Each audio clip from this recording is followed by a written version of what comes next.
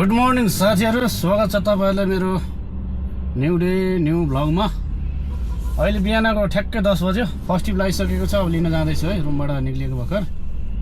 चेकपोस्टबाट चाहिँ एयरपोर्टको टिप ठ्याक्कै 1000 को 1000 को टिप लागेछ है। सर र मजा आउने। फर्स्ट ट्रिप 1000 लागे त अब ह्यापी त हुनै पर्यो हैन र। ल यो कति छ, 800 मिटर अगाडि रहेछ। लिन जाँदैछु है त। ल भिडियो कन्टिन्यू हेर्नुस्। यदि नयाँ नयाँ हुनुहुन्छ च्यानललाई सब्स्क्राइब गरिदिनुस्, भिडियोलाई लाइक पनि गरिदिनुस् है। एकदम लाइकको खडेरी छ है। के हो खै। ल यति भन्दै अब सर र लिन जाँदैछु, लिएर सिधै एयरपोर्टबाट कता त पुगिन्छ। भिडियो चाहिँ कन्टिन्यू हेर्नु होला है त। अहिलेको लागि यति नै।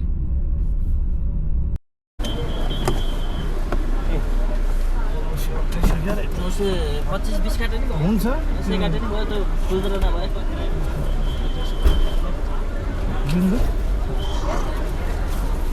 ढोका ठेलिदिनु ल, सामान निकालिदिनु भयो।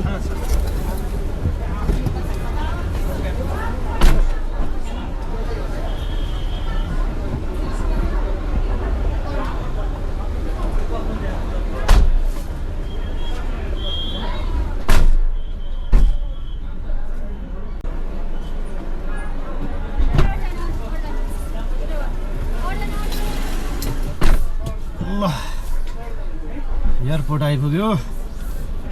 अब अर्को टिप कता हुन्छ।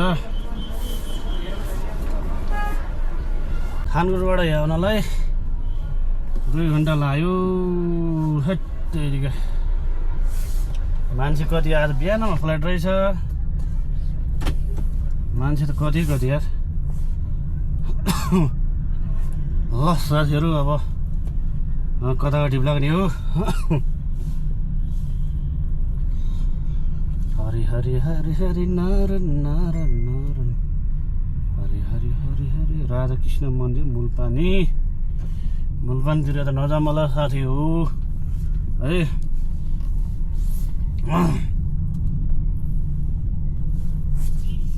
कान्छा हे कान्छा,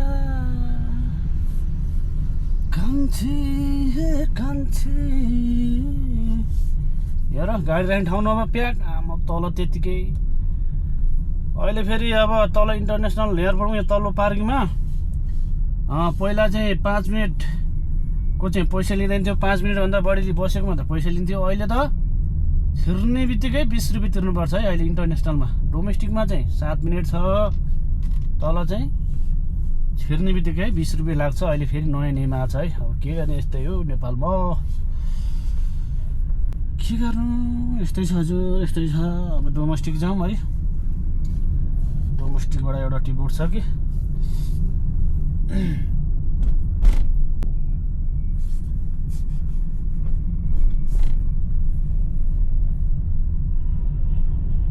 सिन्धुली गाडी घुमेर हेर्दा, सिन्धुली गाडी घुमेर हेर्दा, सुन्तली मै कति राम्रो दरबार मारुनी माइली मारु। आमामा हरेन बजार केटा हालेर आमा पेलेको।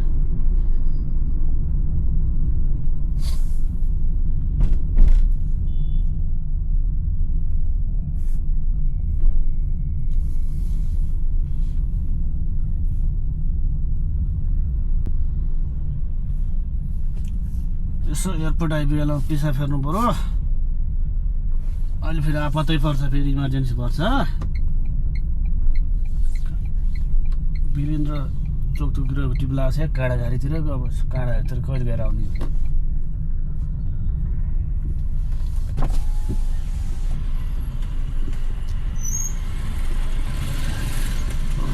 के को मेसिन हो यो अहिले? यो अटो मेसिन, स्क्यान गर्ने मेसिन।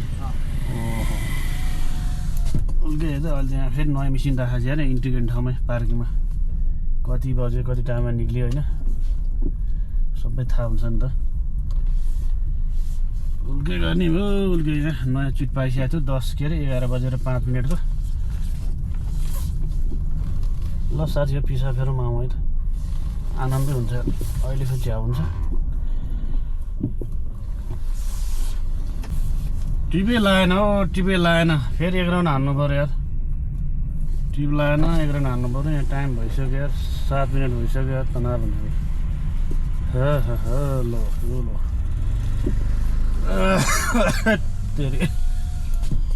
फेरि माथि जानु पर्यो यार अब के भन्दा यार अब टिभी लागेन फेरि माथि जान्छु अब अर्को फेरि 7 मिनट बस्छु अनि एउटा टिप उठाएर किनौँ अब टिप त आएको थियो होइन एक्सेप्टै भएन क्या 700-800 टिप आएको थियो एक्सेप्टै भएन कि लो प्राइसमा हान्दा पनि मैले 1 रुपियाँ नबढाइ हान्दा पनि राम्रो टिप आएको थियो अब हेरौँ फेरि अरू टिप आउला नि त काला गरेर आउँछन् भने जस्तो कि आइरहन्छ नि यस्तो त यार फेरि छिर्नु पऱ्यो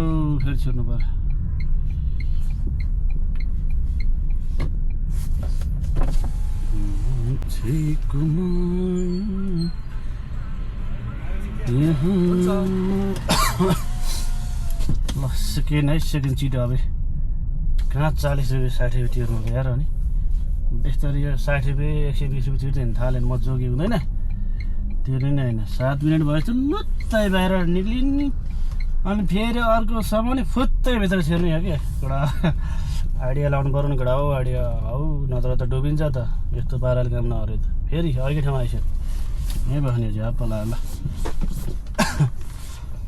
एयरपोर्टभित्रबाट टिप लागेन साथी हो अनि एयरपोर्ट तलतिर आइपुगेको थियो यहाँ शम्भु मार्ग छेउबाट चाहिँ ठमेलको टिप लागेको छ लिन जाँदा चाहिँ 100 मिटर अगाडि हो माथि त 3 चोटि 3 राउन्ड हानी टिपै लागेन एयरपोर्टमा अनि तल आएर अर्को टिप उठाएको छ लिन जाँदैछु है त्यहाँ ल सिधै ठमेलतिर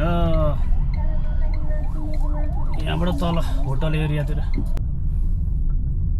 बौद्धतिर आइपुग्यो ठमेलबाट टिप लिएर अनि फेरि यता बौद्धबाट नयाँ बस पार्क गङ्गोबुको टिप लागेको छ लिन जाँदा चाहिँ 1 किलोमिटर भित्र रहेछ जानै पर्यो अब के गर्ने हजुर यस्तै हो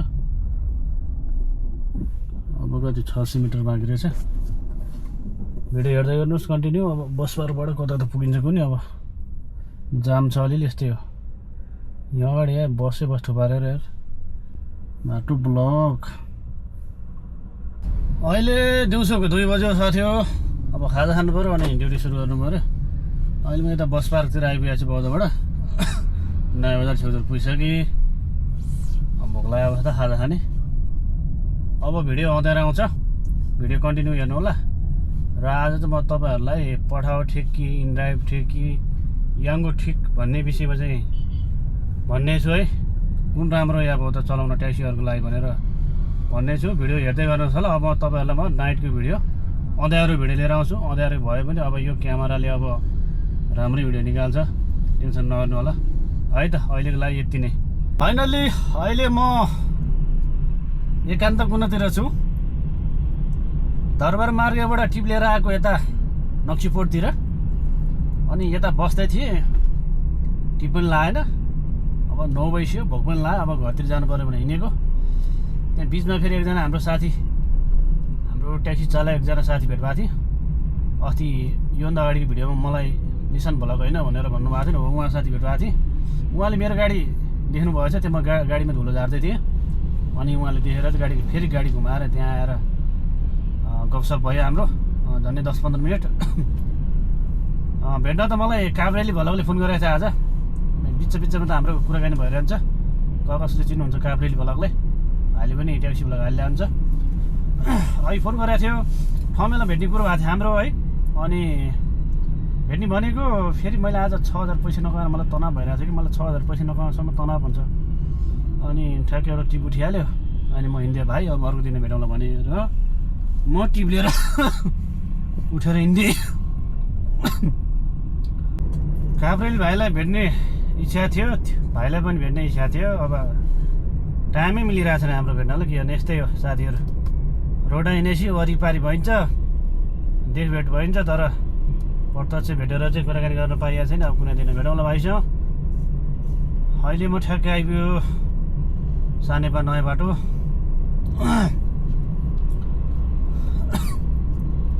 चिसुलार तनाव छ यार आज चाहिँ म तपाईँहरूलाई कुन एप चलाउँदा राम्रो र कुन एपमा चाहिँ धेरै पैसा कमाइन्छ के कस्तो छ भनेर यो विषय अलिकति कुराकानी गर्छु है त ध्यान दिएर सुन्नु होला है पठाउ इनड्राइभ र याङ्गोको बारेमा कुरा गरौँ अलिकति है पैसा कमाउने हो भने त धेरै पैसा कमाउने त पठाउमा हो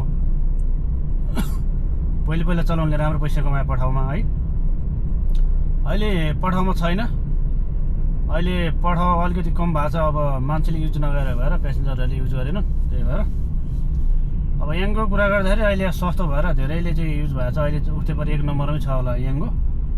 बाइक पनि त्यत्तिकै, इन्ड्राइभर के अरे ट्याक्सीहरू पनि त्यत्तिकै छ।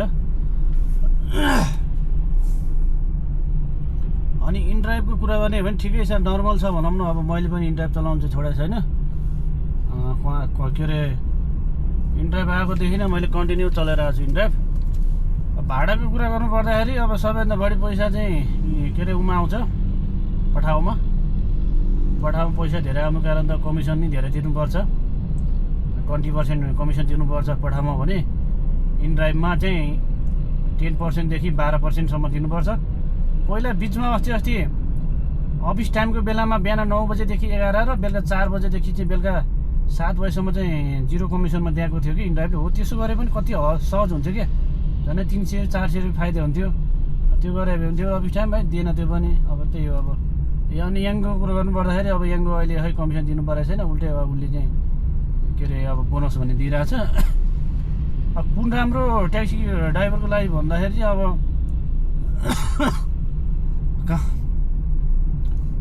कुन एप राम्रो ट्याक्सी ड्राइभरलाई भन्दा चाहिँ मेरो अनुभवमा चाहिँ इन्ड्राइभै भन्छु। फेरि मैले इन्ड्राइभमा चला, त्यही भएर उसले चाहिँ इन्ड्राइभ भन्यो होला भनेर भन्नु होला, त्यस्तो होइन। कारण के छ भने इन्ड्राइभ भनेको चाहिँ अब आफूले छानेर टिप गर्न पाइन्छ क्या।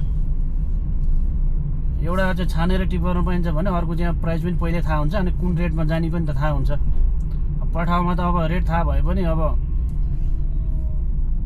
कम्पनीले दियो भने दियो, नत्र छैन, टिप आउँदैन। कम्पनीले फालिदियो भने टिप आयो। याङ्गो पनि त्यही हो। इन्ड्राइभ भनेको चाहिँ अब आफूले छानी गर्न पाइन्छ कि कति किलोमिटर जाने के सबै देखाउँछ, सजिलो छ कि। त्यही भएर इन्ड्राइभलाई बेस्ट भन्छु म।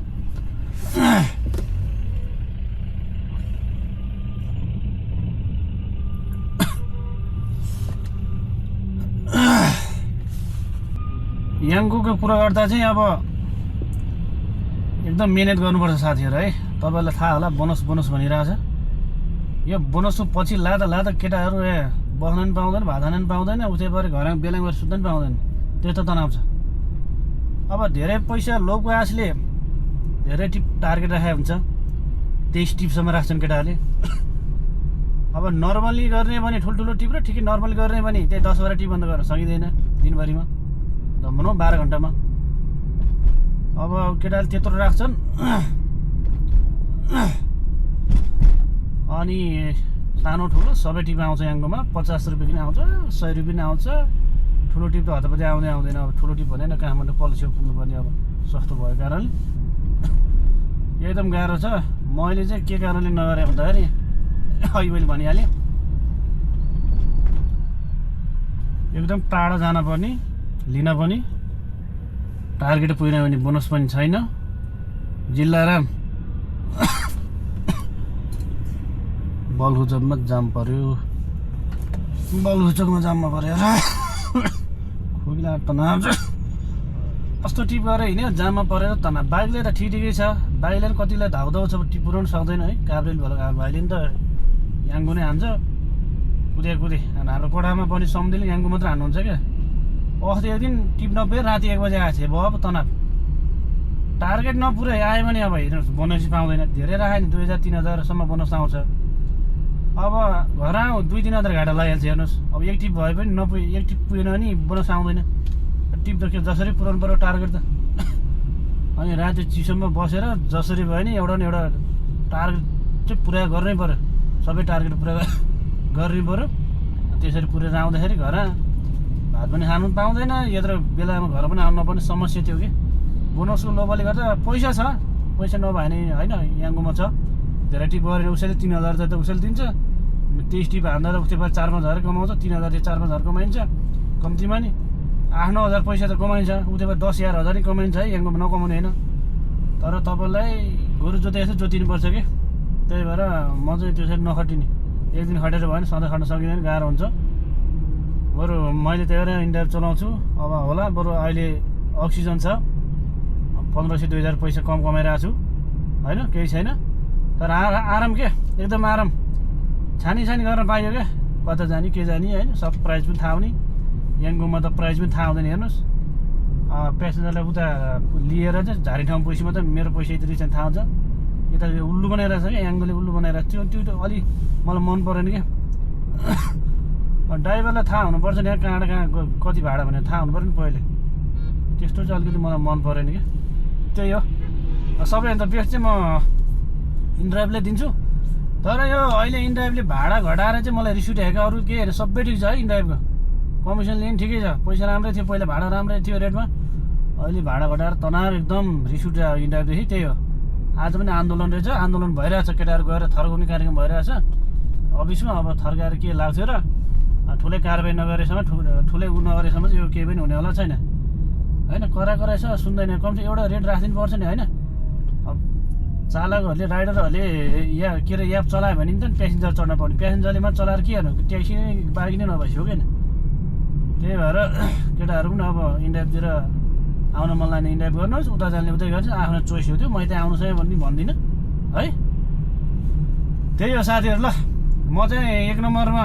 यही नै दिन्छु इन्ड्राइभ 2 नम्बरमा पठाओ 3 नम्बरमा याङको त्यही हो तपाईँहरूलाई के कस्तो लाग्छ फेरि याङ भनेर बोल्यो भन्ला अब आफ्नो विचार आफ्नो हो मलाई चाहिँ अब यही अनुभव यही काम गर्न सहज र पनि यही लागेर मैले बोलेँ हो म यही नै गर्छु त्यही हो ल आजको लागि यति नै कलङ्की आइपुग्यो अब घर लगाएर गाडी साडी चार्ज हालेर खानासाना खानुपर्छ यताउति गर्दा त्यही हो आजको भिडियो कस्तो लाग्यो छोटो भयो जस्तो पनि लाग्छ अब के गर्नु यस्तै हो भ्याइसम्म भिडियो दिइरहेको छु अब अनि लास्टमा म तपाईँहरूले के भन्न चाहन्छु भने अब मैले यो ट्याक्सीको भ्लगको यो क्लिपहरू मैले टिकटकमा राखेको थिएँ खतरा भाइरल भइरहेको छ क्या तपाईँहरू पनि आउनु होला है टिकटकमा जोइन हुनु होला भिडियोलाई लाइक गर्नु होला भाइरल भइरहेछ अलिअलि है त ल यति भन्दै आजको भ्लगलाई मैले यतै इन गरेँ कलङ्की चुकतिर भोलि फेरि न्यू डे न्यू भ्लग लिएर आउने नै छु आजको लागि बिदा भयो है त साथीहरू